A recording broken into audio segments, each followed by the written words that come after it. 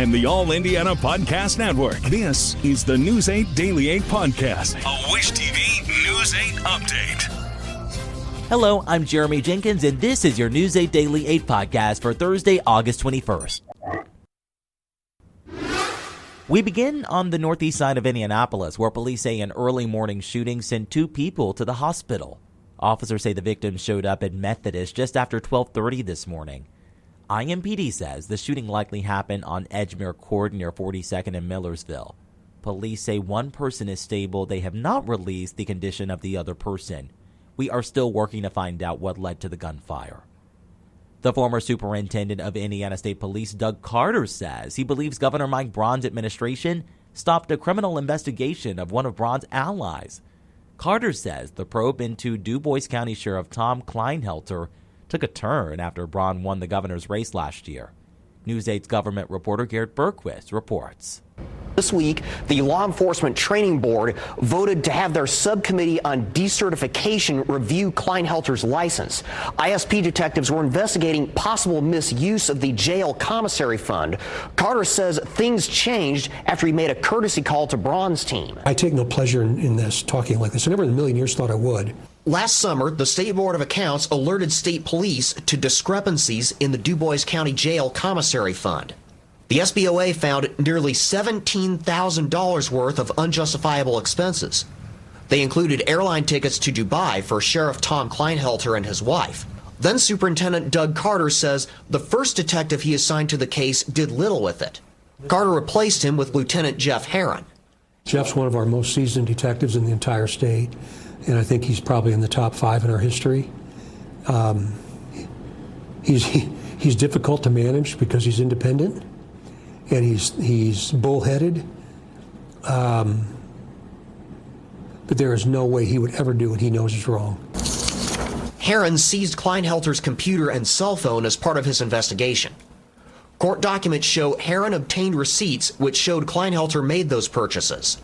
He repaid the jail fund out of his own pocket at SBOA's direction.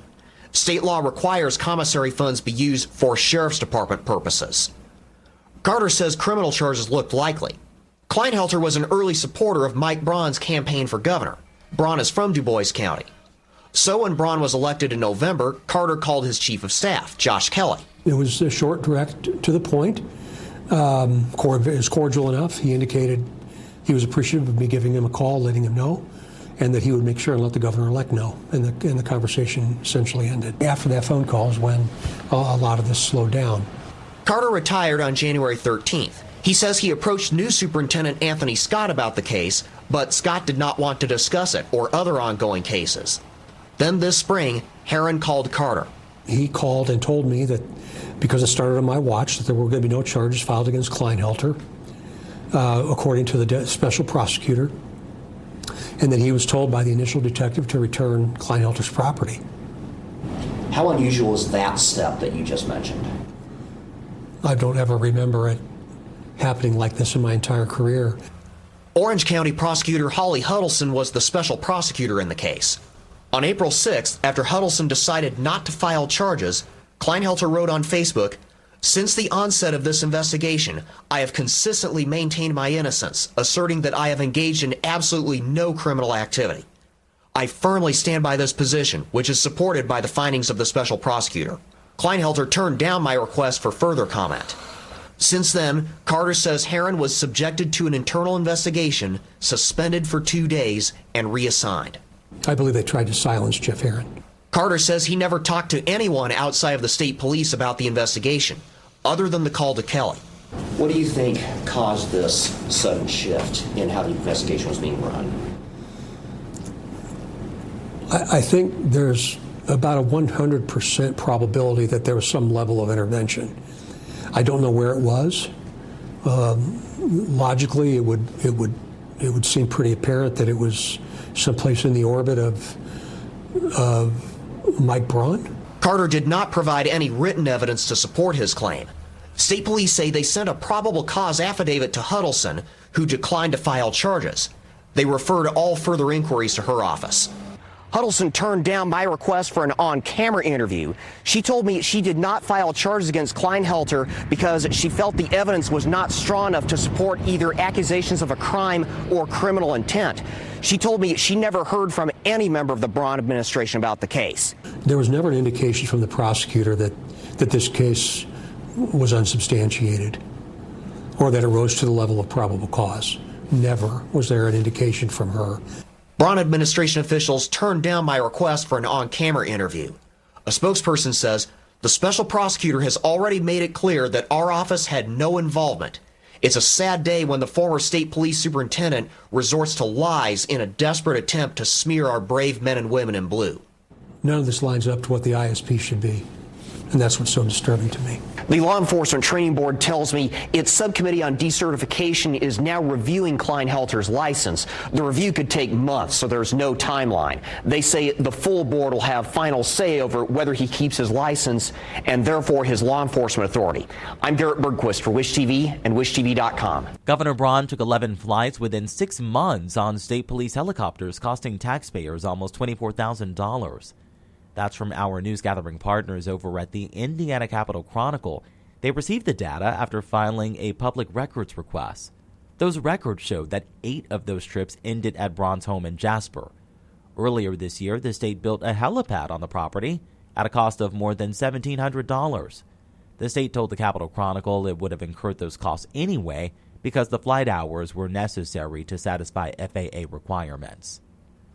Organizers have canceled Fiesta, Indianapolis. It's the annual celebration of Latino culture that usually draws in thousands of people to Indianapolis.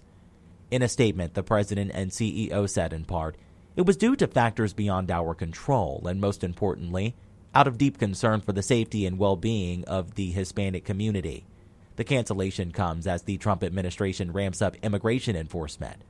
While there have been no large-scale raids in Indiana, Governor Braun has directed state law enforcement to cooperate with federal immigration authorities. The new head of Indiana's Department of Child Services says changes are coming. ITMate's Kyla Russell reports. Director Adam Krupp has been on the job for 6 months now. I asked him what he has to say to families who have long been skeptical of DCS. Today's a new day. Part of that new day, it's called Project Awaken. The initiative rolled out earlier this year and redirects $4 to $8 million toward child safety. As a part of the project, the department cut its once 18 regions across the state down to 5. We eliminated a few layers of upper management. I think when you think about my role as director and then family case managers on the front lines of child abuse and neglect, we had 8 layers of supervision between us.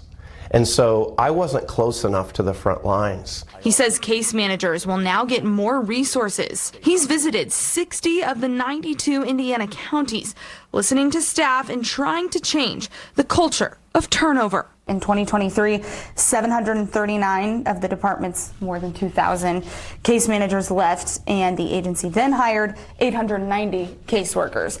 Speak to a little bit more on how turnover is now. Yeah, so our turnover, importantly, will always be a little bit higher than other agencies. And having worked in a handful myself, I can confidently and competently compare the work that our team does to the work that others do, which is in no way meant to be disrespectful or judgmental. But, you know, when I say our team members are on the front lines of child abuse and neglect, they are putting themselves in the shoes of first responders. He tells me that when he took the job earlier this year, they needed 300 plus family case managers. Now they only need half of that. We need to go above and beyond to retain them by supporting them and showing them that they are appreciated and valued just because of what their day-to-day is like. Director Krupp also talked about making the agency more transparent. I'm Kyla Russell for Wish TV and WishTV.com.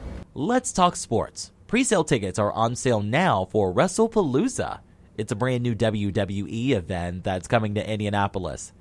Organizers say it's part of a multi-year deal with Indiana Sports Corp. WWE says it will also be the first premium event shown on ESPN's new streaming app. For fans, it could also be your last time seeing John Cena in the ring. Cena says he will retire after the end of the year. When it comes to the weather, we are seeing seasonably cooler temperatures. Storm Track 8 says those near normal temps will be back in time for the weekend.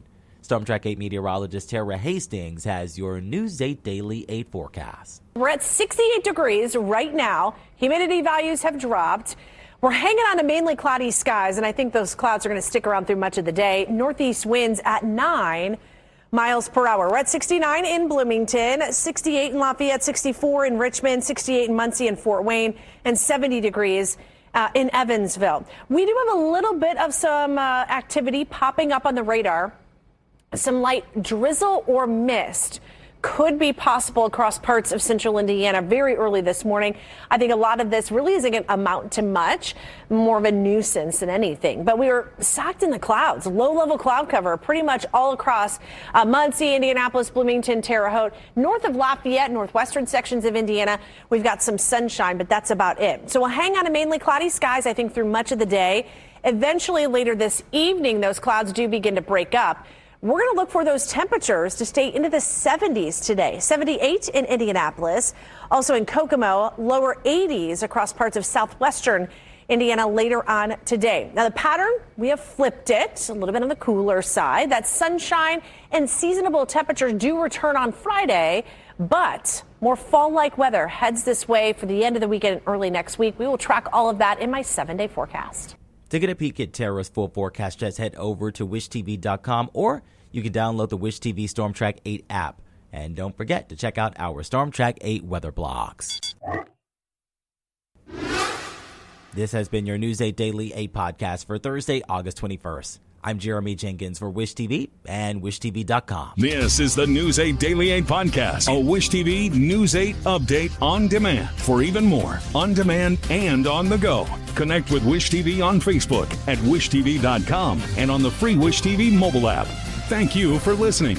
And be sure to like, subscribe, and follow this podcast for updates every weekday morning on the All Indiana Podcast Network and wherever you get your podcast.